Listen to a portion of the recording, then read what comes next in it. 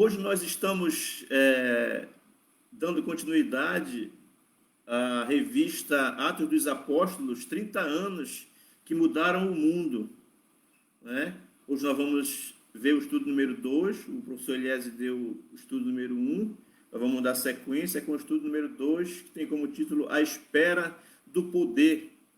Esse estudo ele foi escrito pelo pastor João Arantes Costa, um pastor da Igreja Cristã Evangélica, trabalhou muitos anos na Igreja de São José dos Campos. Infelizmente, ele não está mais conosco, já está com o Senhor. Ele partiu daqui em 2017, mas está aí a lição para nós compartilharmos. O nosso texto básico da lição é Atos capítulo 1. Capítulo 1, eu não vou ler, já que vocês leram parte do capítulo todo, já no meio da semana, no decorrer da semana, então eu não vou precisar ler agora todo o capítulo, tá? A gente já vai entrar diretamente na lição, até porque já estamos atrasados. Nem sei se vou concluir essa lição hoje, espero, senão a gente conclui no domingo que vem, né? Vamos orar antes de começarmos. Nosso Pai querido, nós damos graças ao Senhor por essa oportunidade que nos dás, mesmo a gente tendo esses atropelos no início aí, para entrar, para acessar aqui, mas o Senhor nos abençoou e já estamos aqui. Senhor, muito obrigado por todos aqueles que estão assistindo aí também, que irão assistir, que irão compartilhar conosco desta lição. Pai, ensina-nos através dela, que possamos ser edificados, Senhor, para que o Senhor tem para nós hoje, neste dia. Nos abençoa em nome de Jesus. Amém, Senhor. Bem, gente, o autor, pastor João, ele nos coloca um versículo-chave para essa lição de hoje, que é o versículo 4, ou seja, Atos 1:4, que diz o seguinte: e, comendo com eles, determinou-lhes que não se ausentassem de Jerusalém, mas esperassem a promessa do Pai, a qual disse ele: de mim ouvistes. Essa ordem de Jesus, né, ela foi dada aos discípulos, aos apóstolos, e, né, não somente aos 12, mas muita gente ali, inclusive o Elias vai falar aí sobre Pentecostes no próximo domingo, a descida do Espírito Santo. Jesus deu essa ordem para que eles ficassem lá, Jesus determinou, Jesus mandou para que eles ficassem, ele disse: fiquem em Jerusalém. Aí eu estava me questionando por quê, né? Na verdade, a Bíblia não dá assim, não dá a resposta para isso. Por que Jerusalém? Mas eu creio que em Jerusalém, porque Jerusalém era a cidade, né, sagrada do Senhor, era onde estava o templo do Senhor, era onde a igreja estava até aquele momento, depois que ela vai se espalhar para todo o resto do mundo e chegar até nós, né, hoje, aqui, Macapá inclusive. Mas ela começou ali, em Jerusalém, né? Talvez depois vamos ter maiores detalhes sobre isso lá no céu, como o Senhor vai nos explicar o porquê ele escolheu essa cidade. Estou apenas fazendo suposições aqui, né? Por que Jerusalém? Mas o fato é que eles teriam que esperar ali, naquela cidade, né? Naquela cidade. O próprio Jesus já havia falado anteriormente, né, aos discípulos, dizendo: permanecei na cidade até que do alto sejais revestido de poder. Ele falou lá em Lucas capítulo 24, versículo 49.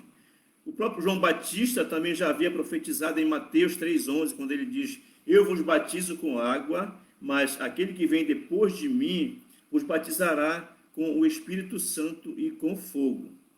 Espírito Santo e com fogo. Gente, eu vou colocar meu óculos aqui, licença aí, para ajudar um pouco aqui.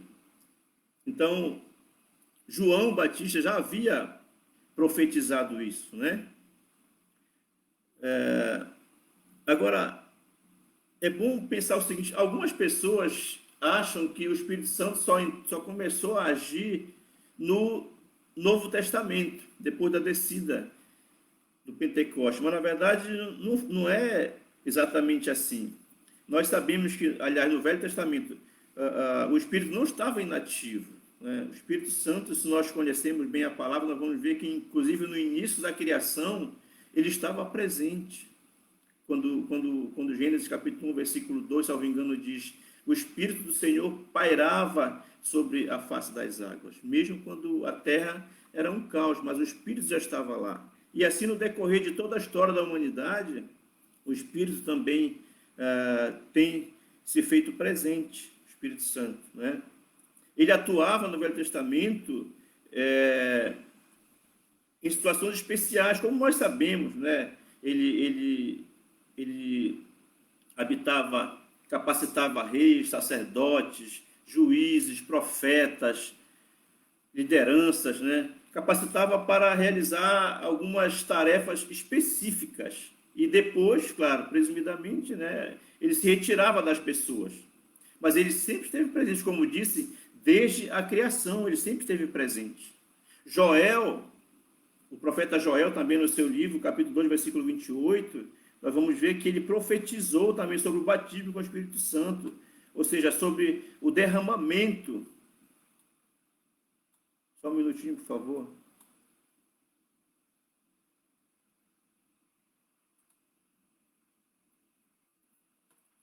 Sobre o derramamento do Espírito Santo. E agora, né, quando ele profetiza, e isso vai se cumprir lá em Atos capítulo 2, que é a descida do Pentecostes, o Elias vai abordar sobre isso aqui no próximo domingo, talvez, né, se eu terminar hoje. Então, Joel profetizou não somente agora para pessoas especiais, para ocasiões especiais, mas ele profetizou para todo mundo, para todos, inclusive para a igreja toda, né? Porque, como falei, a palavra diz em Atos capítulo 2 que o Espírito foi derramado na vida de todos, para todo mundo ali. Voltando para a nossa revista agora, na página 11, o pastor João, ele nos coloca aí o papel da Trindade no plano da redenção, mais especificamente, né? Isso aqui é só para questão de citação. Ele diz que Deus, o Pai, elaborou o plano de salvação, Deus, o Filho, cumpriu o plano de salvação, e Deus, o Espírito Santo, que é o que estamos estudando, né, mais especificamente, aplicou e continua aplicando o plano de salvação hoje, né? Interessante que a obra de Deus, ele diz também que a obra de Deus não terminou com a ascensão de Jesus. Jesus continuou a fazer e ensinar pelo Espírito Santo através da igreja. É a igreja que possui o Espírito Santo. Paulo fala muito bem em Efésios capítulo 1, 3. Nós fomos selados, a igreja do Senhor, ela é selada com o Espírito Santo, ela possui o Espírito Santo. Depois Paulo vai dizer que nós somos santuário do Espírito Santo. Então, ele está em nós, ele está atuando agora no mundo por meio da igreja. Então, a obra de Jesus continua conosco, né? Continuou com os discípulos naquela época e continua conosco hoje. Aí, quando você chega no capítulo 12 da revista, desculpa, na página 12 da revista, nós vamos ver aí alguma coisa sobre a ressurreição, esse tópico que tem da ressurreição à ascensão. Como nós sabemos, Jesus ainda apareceu aos discípulos por cerca de 40 dias, diz a palavra, depois que ele estava já com o corpo ressurreto, transformado, glorificado, ele continuou conversando com seus discípulos, aparecendo a eles, ensinando os seus discípulos, né, durante 40 dias. E pelo que a gente imagina, esses 40 dias foram, de certa forma, muito intensos, Jesus ensinando os discípulos, né, ensinando especialmente sobre o reino de Deus, falando do reino de Deus. E Jesus apareceu, e já no versículo 4, né, pedindo calma, pedindo paciência, que os discípulos não se desesperassem, mas aguardassem a promessa que ele iria cumprir, né, na vida deles. E eu queria compartilhar com os irmãos agora alguns ensinamentos específicos de Jesus sobre o reino de Deus, sobre o reino de Deus. E esses pontos aqui são os mesmos que o pastor João aborda na revista. O primeiro ponto está na página 12. O primeiro ponto é o seguinte: o reino de Deus determinou o momento do cumprimento da promessa. Então, o reino de Deus foi o centro da mensagem de Jesus. Atos capítulo 1, versículo 3. Depois os irmãos podem acompanhar. Essa foi a mensagem, falando sobre o reino de Deus, a mensagem central, ou seja, a nova criação de Deus se estabelecendo na terra. O batismo do Espírito Santo significava lavar por dentro o que a água simbolizava, o batismo nas águas simbolizava o lavar por fora, ou seja, lavar por dentro, lavar dos pecados dessa nova criação. Isso aqui, quem diz é o pastor Marcos Botelho, diz isso. Que o batismo com o Espírito Santo significava lavar por dentro o que a água simbolizava, lavar por fora. Então, essa mensagem central de Jesus em relação ao reino de Deus. O reino de Deus. O segundo ponto aqui é que o reino de Deus, quanto ao seu caráter, é espiritual. Eles esperavam um reino geográfico, político. Estavam preocupados com as coisas físicas, materiais. Mas nós sabemos que a promessa era espiritual. Em Lucas 17, versículos 20 e 21, interrogado pelos fariseus sobre o reino de Deus, Jesus respondeu: não vem o reino de Deus com visível aparência, nem dirão, ei-lo aqui, ou lá está, porque o reino de Deus está dentro de vós. Então, o povo acreditava, irmãos, que Jesus era um rei semelhante a Davi, um rei que viria com o objetivo de libertá-los definitivamente da escravidão. Mas nós sabemos, não libertar da escravidão física, mas sim da escravidão espiritual, dos pecados, do legalismo que se dava naquela época. Essa era a verdadeira libertação que Jesus vinha fazer. Eles não entendiam isso. No princípio, eles não entenderam isso. O reino de Deus também, ponto número 3, ele é internacional quanto aos seus membros. Os apóstolos, como diz o pastor João, tinham aspirações limitadas, nacionalistas. Eles indagaram se Jesus restauraria a independência de Israel conquistada anteriormente. Mas Jesus, ampliou o pensamento deles.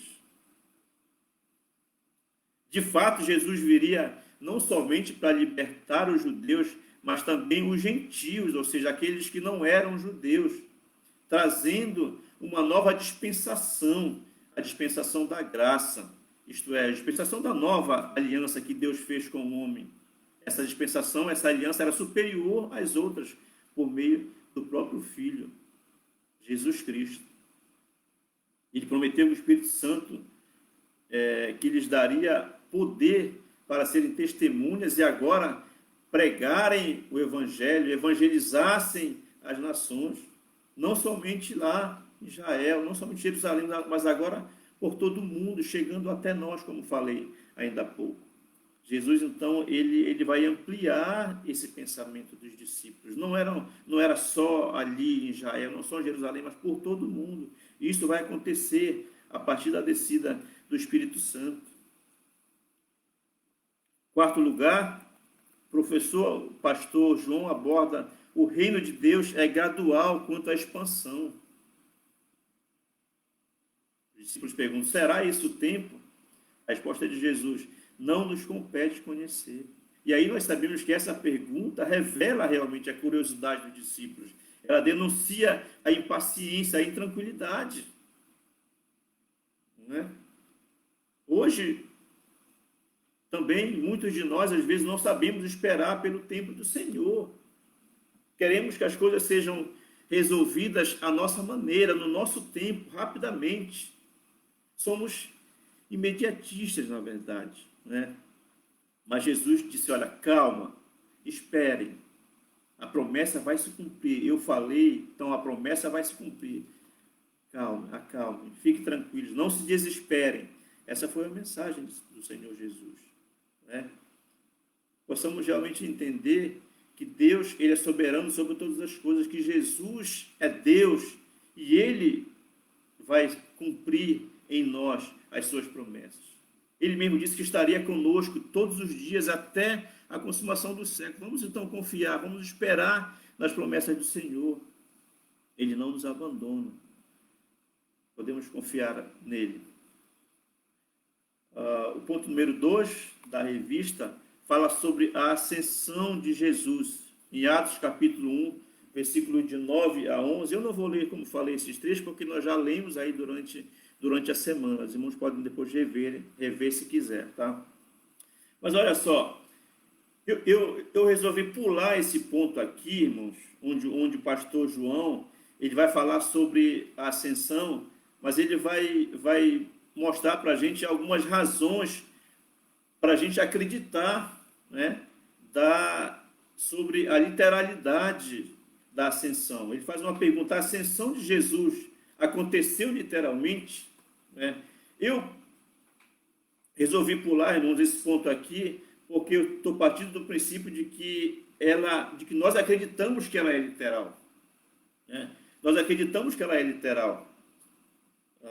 E se você se você prestou atenção aqui nesses pontos que ele coloca, 7 pontos para nós acreditarmos na literalidade. Só um minuto aqui, por favor.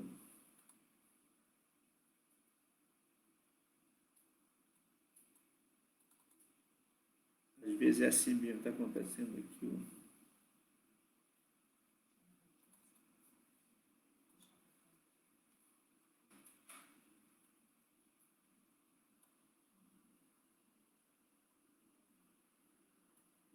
Tudo bem, como falei, é porque eu sou novo nesse negócio aqui, mas já tô me situando aqui, ok. Então, se você observar, ele coloca 7 pontos para nos dar a razão, né, da existência ou do acontecimento, da literalidade da ascensão. Se você não acreditar pelos 6 pontos aqui anteriores, mas pelo 7º, se você acredita que a Bíblia ela é a palavra de Deus, né, você vai acreditar que a ascensão é literal, porque ela está na palavra de Deus. E a Bíblia toda é inspirada por Deus, como Paulo nos assegura em 2 Timóteo, capítulo 3, versículo 16. Então, eu não queria me deter aqui, embora sendo importante você talvez meditar depois sobre 7 pontos aqui, mas eu queria falar um pouco mais, tá? Falar um pouco mais, falar sobre reflexões importantes que podemos fazer sobre a ascensão. Então, como disse, eu parto do pressuposto que todos nós acreditamos na literalidade da ascensão. A Bíblia deixa clara que a ascensão de Jesus foi um retorno literal e corpóreo ao céu. Ele subiu, como nós sabemos, do chão de forma gradual e visível. Foi observado por muitos espectadores atentos, muita gente ali. Vocês viram a narração aí, né? E aí vocês podem observar, inclusive, isso no final dos evangelhos e em Atos. Essa ascensão é relatada. A ascensão é um evento importante na história da redenção do homem. Para nós cristãos, nós sabemos que é um fato histórico. Não é invenção, não é lenda, não é alegoria, não. Alguns pensam que esse ensinamento não é literal, mas nós cremos nisso. Foi uma realidade na história da humanidade. E a reflexão que eu queria fazer com vocês aqui, na verdade, eu queria refletir baseada numas reflexões que o Augusto Nicodemos, reverendo Augusto Nicodemos, fez também. Achei interessante isso quando eu vi e queria compartilhar com os irmãos sobre a ascensão nesses aspectos que ele coloca aqui. Ele diz que a ascensão ele é um dos atos salvadores da história, de Deus na história. Ele diz até que a ascensão é o clímax de toda a base que foi lançada aqui na Terra. Então ele diz que a ascensão é um desses atos salvadores de Deus na história. Claro, juntamente com a morte, ressurreição, o Pentecostes que vai acontecer já no capítulo 12 e a própria volta de Jesus Cristo. Sabemos que vai se cumprir. Então, ele fala desses aspectos aí importantes, né? E eu queria abordar 5 aspectos, pelo menos, que ele aborda aqui nas suas reflexões sobre a ascensão de Jesus.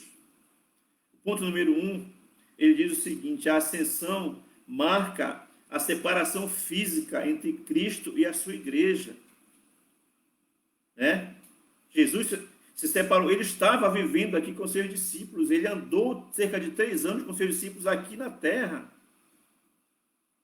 E agora ele vai ser elevado aos céus na presença deles, que é a própria igreja do Senhor. Né? Então, a ascensão marca essa separação de Jesus com a igreja, para não mais voltar até a segunda vinda, inclusive. Estamos aguardando a segunda vinda.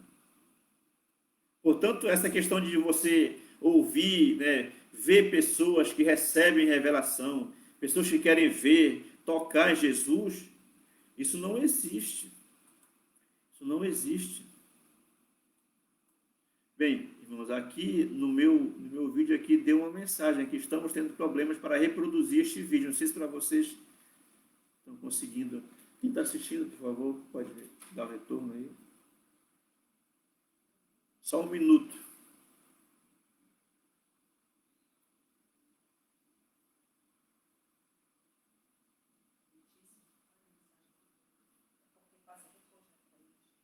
Você não está assistindo, não?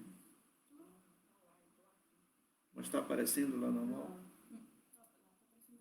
Agora que está chegando lá, porque sempre chega depois, amor. Não chega não. Por que está aparecendo isso?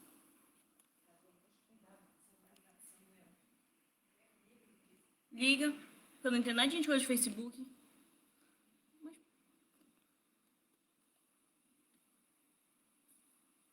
Não, já não mexe aí. É só saber se lá está normal. Ok, então vamos lá, vamos continuar aqui. Estão me dizendo que está tudo normal para vocês. Para mim, só deu uma mensagem aqui em relação ao vídeo. Mas se vai estar normal, para mim está tudo ok. Está normal para vocês aí. Tá? Como falei, se der alguma anormalidade, avisem a Tabita, liguem para a Letícia, avisem a Letícia que elas vão passar aqui, tá bom? Vamos continuar então. Então, como falei, gente, o que o pastor Nicodemos aborda e falando sobre a ascensão, ele diz que ela marca a separação física entre Cristo e a igreja, né?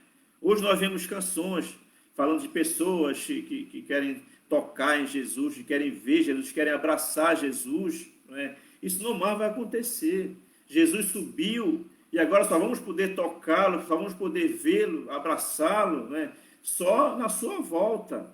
Na sua volta. Né? O segundo ponto, ele diz o seguinte: a ascensão marca o fim do período de humilhação de Jesus. Nós sabemos que esse período de humilhação vai desde a sua encarnação, desde o seu nascimento até a sua morte. Paulo fala isso quando ele aborda lá em em Filipenses capítulo 2, versículos 5 a 9, e eu vou ler para vocês esse texto. Filipenses capítulo 2. Filipenses 2, versículos 5 a 8, aliás. Paulo diz assim, quando ele fala desse período de humilhação de Jesus. Ele diz assim, olha: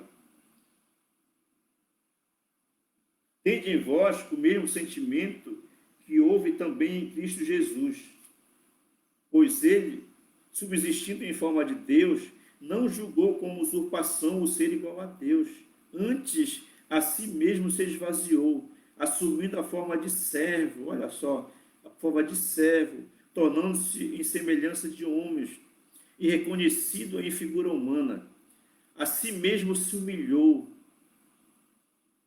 tornando-se obediente até a morte e morte de cruz. Então, aí está Paulo falando desse período de humilhação de Jesus, né?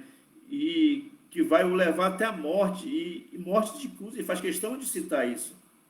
E morte de cruz, que era a morte para os criminosos.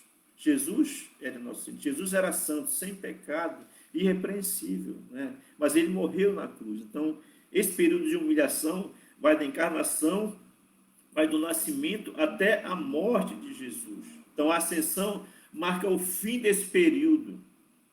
Agora, Jesus vai se apresentar ao Pai como tendo cumprido a sua missão aqui na terra e ter realizado a redenção, né? Realizado a redenção, para ser recebido agora lá diante do Pai como rei, triunfante, glorioso. Ele venceu o pecado ele venceu a morte, venceu o mundo, venceu o próprio Satanás. Né? Agora é o início da sua coroação, é o seu estado de exaltação. Continuando o trecho aqui de Filipenses, Paulo ainda diz, a partir do versículo 9, pelo que também Deus o exaltou sobremaneira, e lhe deu o nome que está acima de todo nome, para que ao nome de Jesus se dobre todo o joelho nos céus, na terra e debaixo da terra, e toda língua confesse que Jesus Cristo é o Senhor, para a glória de Deus Pai. É a exaltação do Senhor. Né? A ascensão, então, nos revela isso. Ela marca o fim do período de humilhação e o início da sua coroação, o início da sua exaltação. Ponto número 3, o pastor Nicodemos aborda, ele diz que Jesus foi receber do Pai dons para distribuir a seu povo. Ele foi receber dons para dar ao seu povo. Paulo fala sobre isso também em Efésios capítulo 4, dos versículos 7 a 16. Lá o texto diz que ele, subindo às alturas, recebeu dons do Pai e concedeu aos homens, diz o texto lá, né, dentre outras coisas mais. Pedro também nos fala sobre isso. Pedro, ele fala isso 10 dias depois da ascensão, ou seja, no dia do Pentecostes. Ele diz que Jesus recebeu autoridade do Pai para derramar o Espírito Santo. Atos capítulo 2, versículos 32 e 33, que o professor Elias vai abordar isso aqui no domingo que vem. Era necessário Cristo ir. Nós sabemos que ele até já havia dito isso, né? Em João capítulo 16, versículo 7, ele diz, convém-vos que eu vá, porque se eu não for, o Consolador não virá para vós outros. Então Jesus tinha prometido, isso tinha dito, para o Espírito vir, ele tinha que ir. Por isso que ele foi assunto aos céus, por isso que era necessário que ele subisse aos céus, né? Para que o Espírito, para que o Consolador viesse para estar para sempre com seus discípulos, com a igreja, como ele está conosco hoje. E nós sabemos, né, que os dons, eles são essenciais para o desempenho do serviço cristão, para a edificação do corpo de Cristo, que é a igreja. Nós somos edificados pelos dons que nós temos na vida dos irmãos, cada um fazendo aquilo que sabe, né, e que Deus tem capacitado na obra do Senhor. Isso tudo edifica a igreja do Senhor. Então, esse ponto número 3 nos fala isso. Jesus está trabalhando. Ele está, né, distribuindo esses dons no seio da igreja. Ponto número 4, Jesus foi preparar lugar.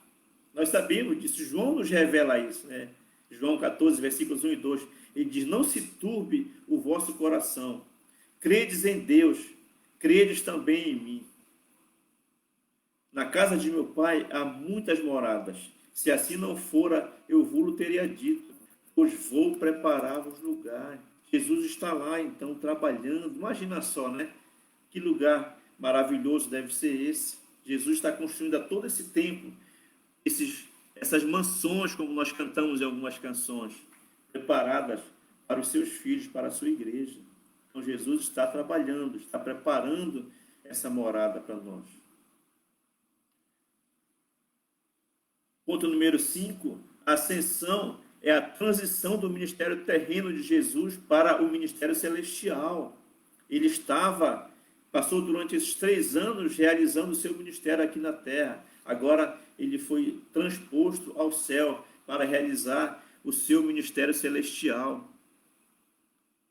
Isso indicava o início de um novo ministério de Jesus, o da intercessão, ministério da intercessão, com o sumo sacerdote, né? Em Hebreus, capítulo 4, versículos 14 a 16, né, nós vimos lá, Jesus foi interceder em favor do seu povo. Agora, o sacerdote perfeito, sem mácula, sacerdote santo, inculpável. Não é? Em Hebreus, capítulo 7, versículos 20 a 28, né, nós sabemos que os sacerdotes lá, eles morriam. E assim que morriam, eles tinham que ser substituídos, porque eram homens como nós, né? Que passavam pela morte física, claro, né? E aí, assim que morriam, eles eram substituídos por outros. E outro fato interessante também na narrativa de Mateus é que os sacerdotes, eles eram pecadores como nós também. Por isso, eles ofereciam sacrifícios, primeiro pelos seus pecados e depois pelos pecados do povo. Eles faziam isso, mas tinham que oferecer sacrifício primeiro pelos seus pecados, porque eles eram homens pecadores, né?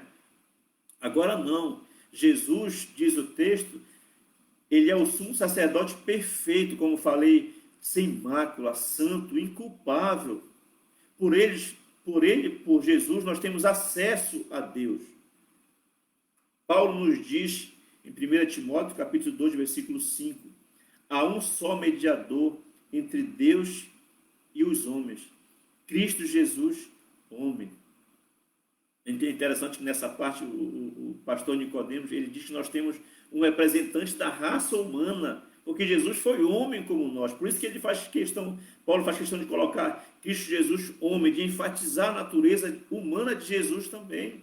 Que ele esteve aqui, viveu como um de nós, mas ele era sem pecado.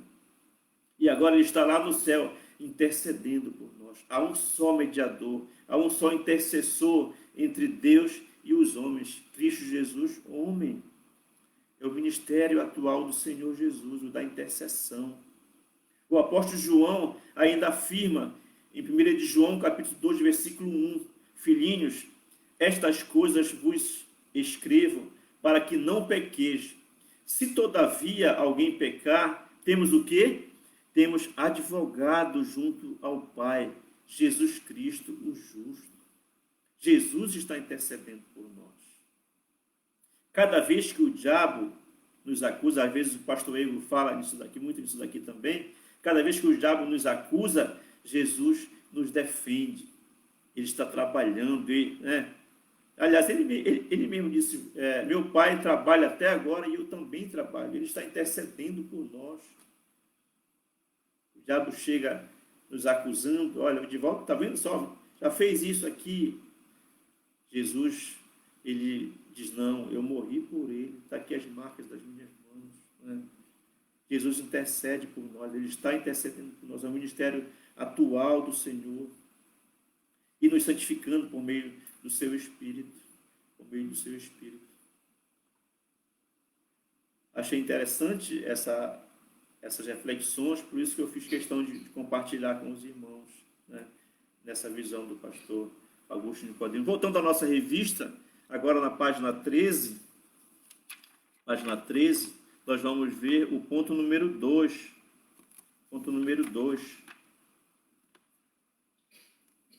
Os apóstolos esperaram a manifestação do Espírito Santo. Jesus manda eles esperarem, mas não sem fazer nada. Atos, capítulo 1, versículo de 12 a 14. Né? Jesus não esperaram ociosos, não.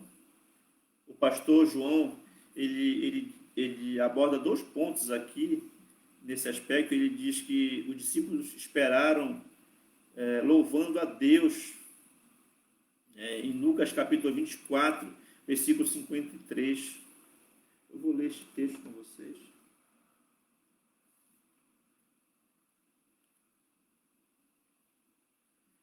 Lucas capítulo 24, versículo 53.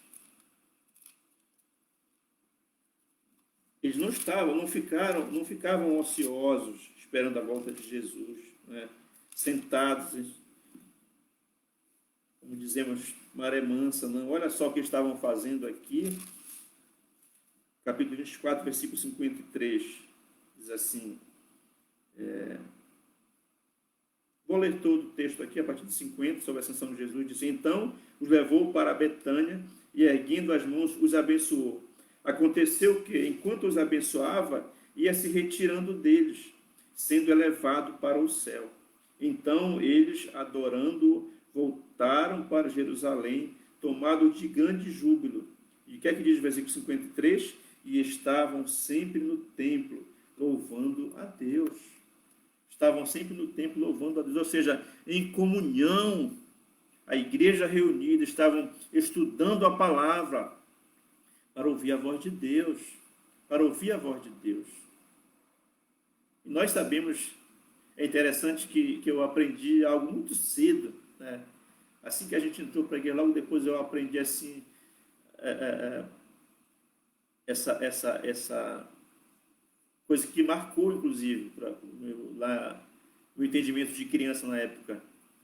Eu aprendi que pela leitura da palavra de Deus, Deus fala conosco. E pela oração, nós falamos com Deus. Então, os discípulos estavam lá aguardando a volta do Senhor, mas eles estavam louvando a Deus em comunhão, estudando a palavra para ouvirem a voz de Deus, para saberem da vontade de Deus. E o segundo ponto é exatamente isso, fala sobre oração. Eles estavam orando unânimes e perseverantes, né? Sempre orando. Atos 1, versículo 12 a 14. E como falei, pela oração, nós falamos com Deus. Nós falamos com Deus. Estavam em comunhão com o Senhor através da oração. Não estavam ociosos, não estavam ociosos. Né? Deus disse, calma. Jesus disse, esperem. O Espírito Santo vai capacitar, vai habilitar vocês. Vocês receberão poder para a obra, para proclamar as virtudes de Jesus.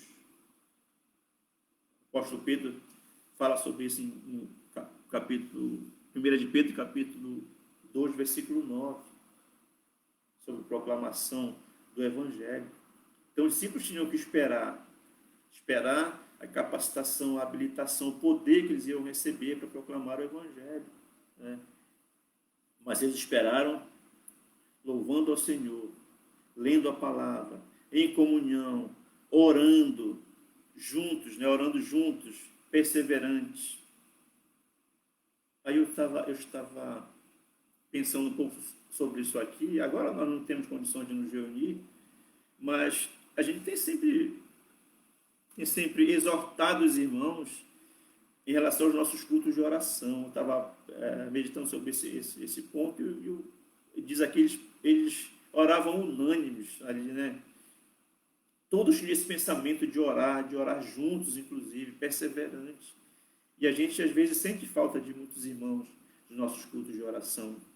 Como falei, agora não, porque não estamos indo lá presencialmente. Mas a gente vai voltar, isso vai passar. E eu espero que quando isso passar, irmãos, que a gente possa compartilhar, louvar a Deus juntos ali no templo, orando ao Senhor, orando pela necessidade dos irmãos, intercedendo, agradecendo ao Senhor, louvando ao Senhor, nos submetendo à vontade do Senhor. São princípios da oração, inclusive, que a gente possa observar isso quando voltarmos a nos reunirmos novamente, né? Os discípulos estavam sempre orando, unânimes, perseverantes, comungando sempre juntos, né? Juntos. Como falei, pela oração nós falamos com Deus. Na página 14 agora, já estamos chegando ao final do texto. Na página 14, nós vamos ver sobre a escolha de Matias, né, para o apostolado. Atos capítulo 1, versículos 15 a 26. Primeiro nós vimos aí o relato da morte de Judas. Esse relato está em Mateus e Lucas, né? Isso também era profético, nós vamos ver. Inclusive, o ponto 2 aqui vai abordar exatamente isso, o cumprimento das Escrituras. E aí, Atos 1,16, nós vamos ver que isso era necessário para que se cumprisse a Escritura. No Salmo 41, versículo 9, o salmista diz, até o meu inimigo, em quem eu confiava, que comia do meu pão, levantou contra mim o calcanhar. Já era uma profecia em relação à traição. Atos 1:20.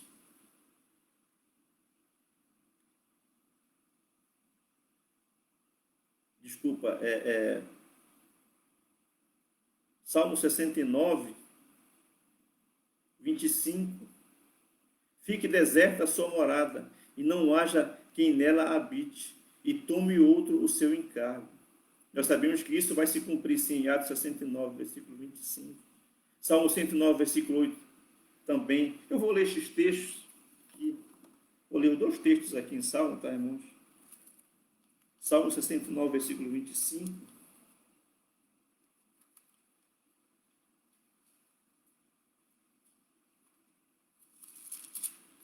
Salmo 69, 25.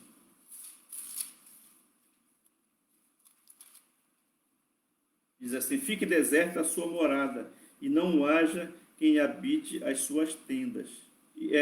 Esse texto, na verdade, que ele é repetido lá em Atos capítulo 1, versículo 20.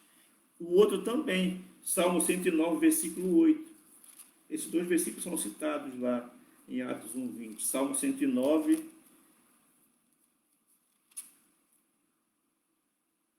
versículo 8. Quando diz: os seus dias sejam poucos e tome outro o seu encargo, né? Aí você vai observar, então, que aí Atos 1:20 ele faz essas 2 citações ali. Na verdade, irmãos, o Velho Testamento, o Antigo Testamento profetizou não somente sobre a traição, não, profetizou sobre todos os acontecimentos importantes na vida de Jesus. Nós que lemos a palavra sabemos, né, que o Velho Testamento ele profetiza o nascimento, sofrimento, morte, ressurreição, toda a obra do Senhor ele profetiza, né? Por isso que o Velho Testamento é importante. Muitos crentes pensam que eles têm que ler só o Novo Testamento. Na verdade, não. A Bíblia toda ela é inspirada pelo Senhor e ela nos traz ensinamentos. O Velho Testamento, o Novo Testamento é o cumprimento, né, do Antigo Testamento. Então havia essa profecia assim da traição de Judas aí. No ponto número 3, nós vamos ver sobre a escolha de Matias.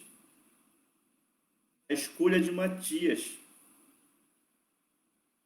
Para completar o colégio apostólico, né, já que Judas havia se enforcado, então eles precisavam completar esse colégio, que era formado por 12 apóstolos.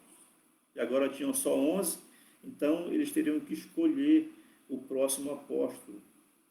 E é interessante observar que na narrativa de Atos capítulo 1, versículo 24 a 26, eu vou ler com os irmãos aqui. Atos 1, 24 a 26, nós vemos assim: e orando disseram, tu, Senhor, olha só que eles dizem, tu, Senhor, que conhece o coração de todos, revela-nos qual destes 2 tens escolhido para preencher a vaga neste ministério e apostolado, do qual Judas se transviou, indo para o seu próprio lugar, e os lançaram sorte, vindo a sorte recair sobre Matias, sendo-lhe então votado lugar com os 11 apóstolos, ou seja, ele completou os 12 apóstolos. Então eram 2 homens, possivelmente 2 homens que conviveram com Jesus durante seu ministério, porque essa era uma das exigências lá, nós vimos nessa narrativa, a partir do versículo 15 do capítulo 1 de Atos, né? Eram homens que teriam convivido com Jesus, que foram batizados, né? Foram batizados, e aí, agora, eles foram também testemunhas da morte e ressurreição de Jesus. O texto diz isso, não vou ler, mas o texto diz isso a partir do versículo 15 do capítulo 1 de Atos. Né? A partir do capítulo 1 de Atos. Talvez, alguns dizem que esses 2 homens aqui, tanto José quanto Matias, os 2 indicados, eles tenham sido do grupo dos 70 discípulos ou evangelistas, que em certa ocasião Jesus enviou para pregar o evangelho. Alguns acham que eles faziam parte daqueles 70 lá. Bem, mas é só suposição, a Bíblia não garante nada sobre isso, né? Não garante nada. Eu estava vendo algumas coisas sobre a escolha de Matias, e eu até fiquei assim meio, né, não sei de onde as pessoas tiraram essa ideia, porque a Bíblia não nos dá esse indicativo, né? Dizendo que a escolha de Matias foi precipitada. Eu penso diferente, irmãos, eu não creio nisso. Eu penso que essas coisas estavam nos propósitos do Senhor. E até nós vimos o texto aqui. Eles oraram, eles pediram ao Senhor a direção. E depois eles cumpriram aqueles pré-requisitos lá. Eram homens que tinham andado com Jesus, que tinham ouvido Jesus, homens que tinham participado, visto a morte e ressurreição. Foram testemunhas oculares disso. E possivelmente esses dois aqui talvez tenham sido os únicos que cumpriam essas exigências, que se enquadravam nesses critérios que eles tinham colocado sabiamente lá, né? Então, eu não acho precipitado como alguns pensam, acho que deveria ser, alguns até chegam a dizer que deveria ser Paulo, mas Pedro, né, como sempre, se precipitou e foi logo pedindo para escolher, e aí escolheram Matias. Não, não acho que foi isso. Volto a dizer, para mim isso estava nos planos do Senhor, né? Até porque os apóstolos tinham autoridade apostólica. Em momento algum, nós vimos na Escritura, né, na Bíblia, que essa escolha ela é negada por Deus. Não tem nenhum texto nós vamos ver isso. Pelo contrário, essa escolha foi autenticada. O próprio Paulo várias vezes falou sobre os 12, né, os 12 discípulos, sobre os fundamentos dos apóstolos, dos 12 apóstolos. Ele mesmo diz: eu me considero um fora de tempo, embora a gente considere Paulo como talvez sendo o terceiro apóstolo, mas ele não se vê, né, não se vê incluso dentro do colégio apostólico. Então, ele autentica, assim, a escolha lá de Matias. Autentica a escolha de Matias. Né? Como disse para vocês, eu não sei onde esses pastores, esses que acreditam que foi precipitada a escolha, se baseiam, porque eu não vejo na Escritura nenhum texto, né, para dizer que essa escolha de Matias foi precipitada, que era para ser Paulo no lugar de Matias. Não. O propósito do Senhor Deus é soberano. Ele conduz todas as coisas. Né? Conduz todas as coisas. Depois do Pentecoste, nós não lemos mais que os discípulos tenham lançado sorte, né? Porque agora eles teriam o Espírito Santo, que passou a habitar em cada um deles, como habita em nós hoje. O Espírito Santo aqui agora ia guiá-los na sua jornada, na sua caminhada, iria orientá-los, né? A palavra diz mesmo que o Espírito Santo é que guia a toda a verdade, e ele orientava os discípulos. Portanto, não é necessário mais lançar sorte agora sobre os discípulos. Essa talvez tenha sido a última narrativa de Bíblia, especialmente no Novo Testamento, de que os discípulos lançaram sorte. Depois do Pentecostes, isso não mais aconteceu. Não mais aconteceu. Antes de passar, irmãos, para algumas aplicações, eu pensei que não fosse dar tempo, mas eu queria voltar aqui um pouquinho. Acho que eu não falei algo interessante aqui.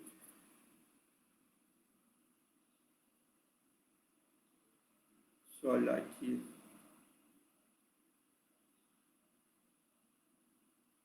Não eu acho que abordei sim, que eu ia falar sobre que o Espírito no Velho Testamento não estava inativo. E por várias vezes ele vinha, né, e ele cumpria a sua obra, sua tarefa. Aliás, ele descia, possuía os homens, né, para cumprir as suas tarefas ali. E aí nós vamos ver vários juízes, profetas, reis, né, que tiveram o Espírito Santo e cumpriram as suas tarefas especiais. Né? Josué, Davi, Saul, Sansão, né, reis, profetas, juízes. Acho que eu falei sobre, pensei que não tivesse falado sobre isso aqui. Mas o Espírito Santo estava ativo, sim, como está ativo hoje. Está ativo. Eu queria encerrar com os irmãos agora essa lição. Na verdade, o Elias comentou comigo. Ele acha que essas lições, né, bom, pelo menos a minha eu concordei, elas são menores do que as outras nas outras revistas. Talvez é verdade, um ou outro talvez seja igual, maior. Mas, enfim, essa lição aqui, até que ela é pequena. Quer dizer, isso depende muito, na verdade, do que a gente pretende abordar e aprofundar, né? Porque, às vezes, um ponto, se você aprofundar, você pode levar tempo demais aí para abordar, né? Mas eu quero encerrar agora essa lição fazendo algumas aplicações, pensando ainda também algumas coisas que o próprio reverendo Nicodemos nos revela ou nos passa, né, especialmente em relação à ascensão do Senhor Jesus. Ele diz o seguinte: hoje nós precisamos saber esperar pela resposta do Senhor, né? Saber esperar pela resposta do Senhor. Claro, não mais esperar a descida do Espírito Santo, ele já veio, ele já se cumpriu. Mas esperar agora pela volta do Senhor, né? Esperar ocupados, não ociosos. Nós vimos lá que os discípulos, eles esperaram lendo, orando, em comunhão, reunindo, exortando, né? Se estimulando, e aqueles uns aos outros da palavra. São aqueles mandamentos da mutualidade, como nós sabemos, né? Exortando uns aos outros, consolando uns aos outros, amando uns aos outros, perdoando uns aos outros, né? Vivendo essa vida cristã aí, intensa, em comunhão. Então, hoje precisamos esperar, como disse, não mais a descida do Espírito, mas a volta do Senhor, dessa forma, ocupados, louvando a Deus, como nós vimos na narrativa lá de Lucas, capítulo 24, né? Louvando a Deus em comunhão, lendo, orando em comunhão. Segundo lugar, devemos aguardar com alegria, com expectativa a segunda vinda do Senhor. Como nós vimos na lição, ele subiu, ele se separou da igreja, mas ele vai voltar. A palavra nos garante isso. Jesus subiu aos céus, mas os anjos disseram: olha, esse mesmo Jesus que subiu ao céu, ele vai voltar do mesmo modo como viste subir. Ele deu a garantia da volta do Senhor, né?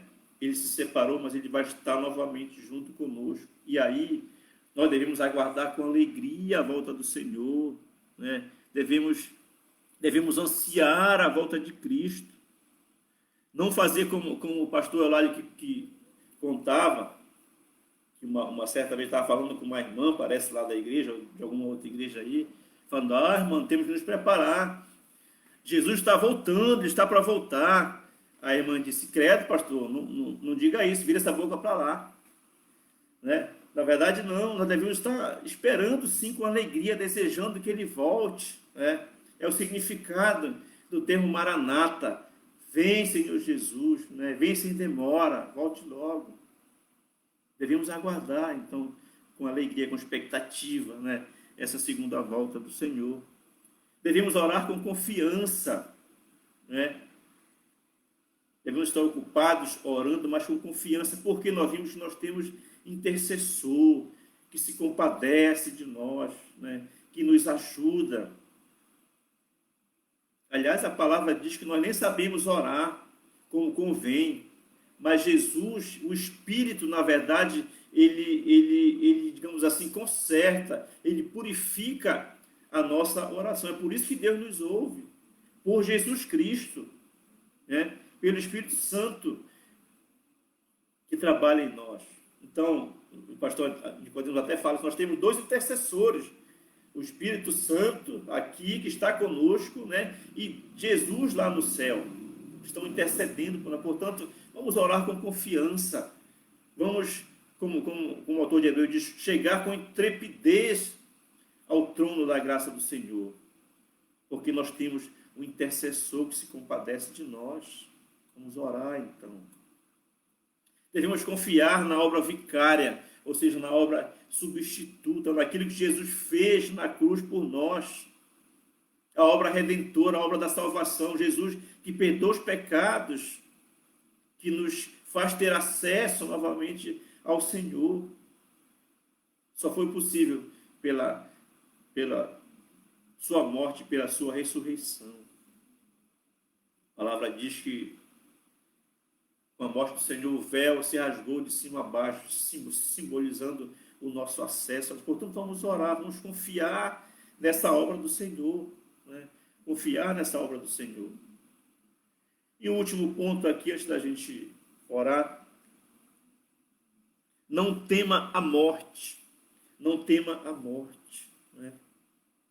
Sabe que, como vocês sabem, por 2 vezes esse ano eu já escapei de morrer, né? Eu ia usar outro termo aqui, eu não vou usar, mas eu escapei de morrer. Primeiro com uma pneumonia muito séria no início do ano, na virada do ano, né? Pneumonia daquelas mesmo brava, né? E depois, já em maio, com esse vírus da Covid-19, né? Eu contraí o vírus e passei dias ruins, realmente. 2, 3 dias assim, claro, foi mais aqueles dias assim, sérios, foram 2, 3 dias assim, que eu não consegui dormir, né? E teve dias, tanto na primeira enfermidade lá em janeiro, quanto agora, né, pelo menos um dia assim, eu pensei que eu fosse embora mesmo. Pensei que o Senhor já fosse me levar, via a morte de perto, né? Eu temia a morte. Mas, na verdade, quando a gente fala que não tem medo da morte, irmãos, né, aí nessa situação a gente vê que a gente tem medo sim, mas eu digo assim, talvez o medo não da morte em si. Eu não tenho medo da morte, porque Paulo disse isso, né? Morrer é estar com Cristo. A gente sai daqui e vai para uma vida muito melhor. Só que a gente quer viver mais aqui. Então, na verdade, não é muito bem, né, talvez medo da morte, mas medo como é que a morte vem, né? Como é que a morte vem? Você vai sofrer, né? Vai sofrer muito antes de morrer. Sabe, meu sogro, o seu Dico, ele, na verdade, tem uma história interessante sobre ele. Ele diz que não tinha medo de morrer. Tinha medo de morrer. Só que uma vez o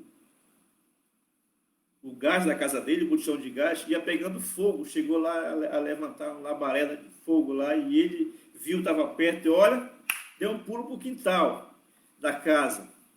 Correu para o quintal da casa, mas seu Dico, né?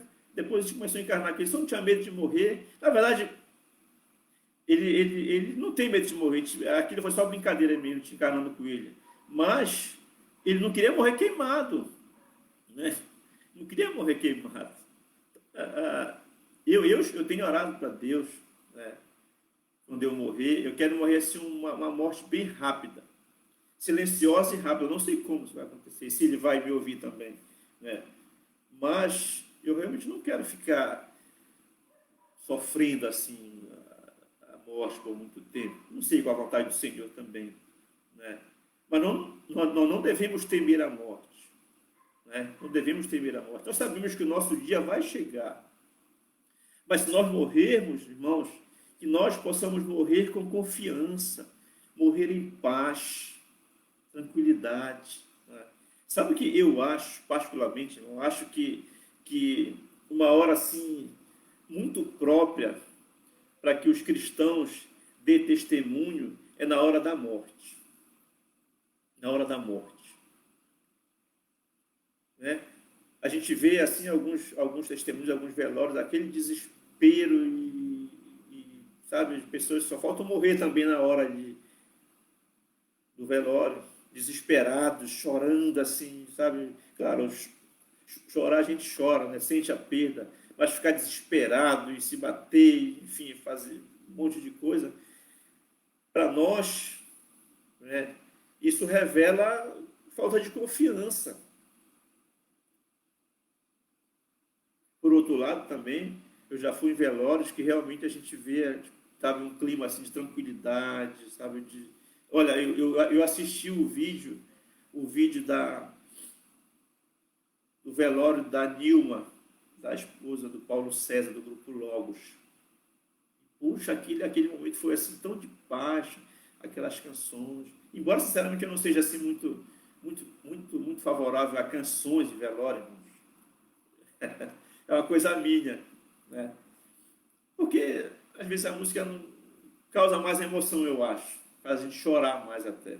Mas enfim, isso é de cada um, isso é coisa minha, né? Mas aquele vídeo lá, na hora ali, onde Paulo César dá uma palavra, onde outros irmãos falam, sabe? Foi assim, algo tão que traz paz para a gente. É por isso que eu digo que velório pode ser um momento assim, muito importante para a gente testemunhar da paz, da confiança que nós temos no Senhor. Ele que nos traz essa paz, mesmo esse momento de dor, momento de perda. Então, nós podemos não temer a morte. Nós vamos morrer, sim, mas que morramos com confiança, morramos em paz, morramos confiando no Senhor que está conosco. Porque nós sabemos, nosso Redentor vive, como disse Jó. Né? Nosso Redentor vive. E você pode dizer, o meu Redentor vive, como ele disse. E se ele vive, nós sabemos, com ele também nós vamos viver eternamente. Porque essa esperança que nós alimentamos, essa esperança da qual nós conhecemos da palavra do Senhor. Então, irmãos, que possamos continuar aí esperando por outras promessas do Senhor, ou confiando nas promessas do Senhor, como falei, não mais na descida do Espírito, como os apóstolos tinham que esperar, mas esperar pela vontade do Senhor, para que ela se cumpra a cada dia na nossa vida. Possamos confiar nas respostas do Senhor para os nossos problemas, para as nossas petições, né? Nossos lamentos diante do Senhor. Ele vai cumpri-las, como dizemos, no seu tempo. Espere, confie, se entregue, né, ao Senhor. Se entregue ao Senhor. Salmo, acho que é Salmo 37, o salmista fala sobre isso. Né? Devemos esperar no Senhor, confiar no Senhor, nos entregar ao Senhor. Então fica aqui a minha palavra. Acho que eu tinha outras coisas para falar, mas acho que o básico aqui, principal, não será necessário a gente ter que voltar domingo que vem. Quero agradecer ao professor Eliezer, né, que é o professor da classe. Eu já falei isso aqui, já manifestei isso aqui. Para mim, embora sendo auxiliar, mas eu pouco participo. O professor da classe para mim é o Eliezer mesmo. E eu já falei isso na reunião dos professores, disse a ele, honra, a palavra diz honra a quem honra, então quero honrar aqui pela dedicação dele com a nossa classe. Tem sido um estudioso realmente aí para nos ensinar, e fico feliz, satisfeito por poder compartilhar essa lição hoje, né? Mas fico feliz em poder também aprender cada vez mais aí com o professor Elias. Vamos orar por ele, pela nossa classe, orar uns pelos outros. Ok? Vamos encerrar. Quero agradecer a todos aqueles que estiveram aí participando, a todos os espectadores aí. Se ficar aí alguma dúvida para tirar, né, aí vocês podem fazer isso pelo grupo da classe. Aqui eu posso complicar mais a mim e vocês, então façam pelo grupo da classe de adultos aí, tá? Se tiver alguma dúvida, alguma pergunta que eu possa compartilhar com vocês, ou o próprio professor Elias também, né, que é um profundo estudioso também da classe. Então, alguma dúvida, falem com a gente. Obrigado, professor Elias, pela oportunidade. Obrigado a todos, que Deus os abençoe. Vamos orar. Pai Santo, quero agradecer ao Senhor mais uma vez por esse tempo aqui, que o Senhor esteve conosco, nos direcionando, nos dirigindo, nos orientando, nos ensinando pelo Teu Espírito sobre esse estudo. Pai, que conhecer os ensinamentos do Senhor, conhecer a vontade do Senhor, implique em a gente querer cumpri-la, Senhor, experimentar, vivenciar na nossa vida. Possamos saber, esperar, que o Senhor cumpra as suas promessas na nossa vida, Pai. Obrigado pelo tempo de compartilhar da palavra, que o Teu Espírito continue nos capacitando, nos habilitando, para que, como diz a palavra, quando pedirem razão da nossa fé, que possamos estar prontos para falar, para testemunhar, para proclamar as verdades do Evangelho, as verdades do Senhor Jesus. Continue usando teu servo Eliezer como professor da classe. Inspira-o, Senhor, para que continue nos ensinando aí da tua palavra. Obrigado por cada um que estava aqui, que reservou esse tempo para ouvir, para estudar conosco, Senhor. Abençoa a vida e a família de cada um. Nós oramos em nome de Jesus. Amém, Senhor. Bem, gente, obrigado a todos vocês. Tenham um bom dia e até mais à noite.